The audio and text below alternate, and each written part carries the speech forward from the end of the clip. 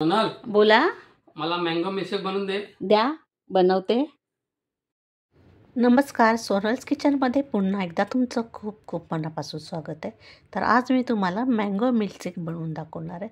खूप छान असा हा मँगो मिल्कशेक तयार होतो. तर चला आपण सुरुवात करायची.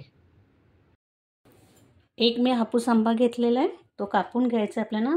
मी स्वच्छ पाण्याने त्याला धुवून घेतलेला आहे. त्याचा वरचा जो देठ असतो तो मी हा कापून घेतलेला आहे. आणि आपण असं आंबा कापून घ्यायचा आहे या प्रकारे. मिक्सरचं भांडं घेतलेलं आहे आणि आपण आतला गर आहे जो आंब्याचा तो आपण चम्मचने असा काढून घ्यायचा आहे त्याच्यामध्ये. आता ह्याच्यामध्ये 1 टेबलस्पून मी साखर घालते. साखर तुम्ही तुमच्या गरजेनुसार घाला. तुमचा आंबा कितपत गोड किंवा कमी गोड आहे त्याप्रमाणे तुम्ही साखर घाला. ह्याच्यामध्ये 1 स्कूप भरून मी आईस्क्रीम घेत आहे, ती टाकायची आपण.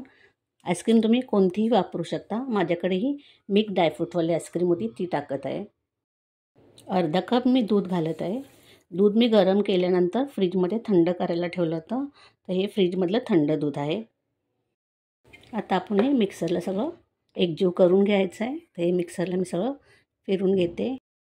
तर बघा, मी मिक्सरला छान असं ते फिरून आणलेलं आहे. आणि बघा, ह्या पद्धतीचं आपल्याला इतपत ते पातळ पाहिजे. तुमच्यावर आहे तुम्ही घट्ट पातळ कसं ठेवाल ते, पण मी इतपत ते पातळ ठेवलेलं आहे. तर आता आपण हे मिल्कशेक सर्व करायचं आहे. तर एक काचेचं ग्लास घेतलेला आहे मी. आपण अगोदर थोडेसे आंब्याचे तुकडे करून टाकूया त्याच्यामध्ये. आता जे आपण मँगो मिल्कशेक बनवलेलं आहे ते आपण ग्लासामध्ये काढून घ्यायचं आहे.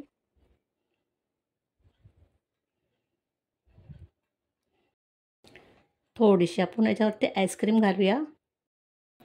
थोडेसे आंब्याचे तुकडे घालायचे आहेत वरती.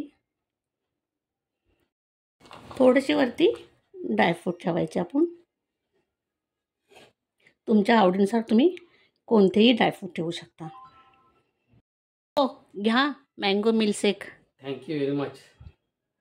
खाऊन बघा कसं झालंय.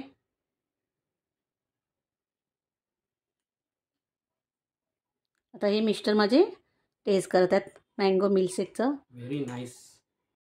तर तयार झालेलं आहे आपलं मँगो मिल्कशेक. खूप छान असं तयार होतं. खायला देखील तितकंच छान लागतं. तर तुम्ही नक्की ट्राय करा घरी.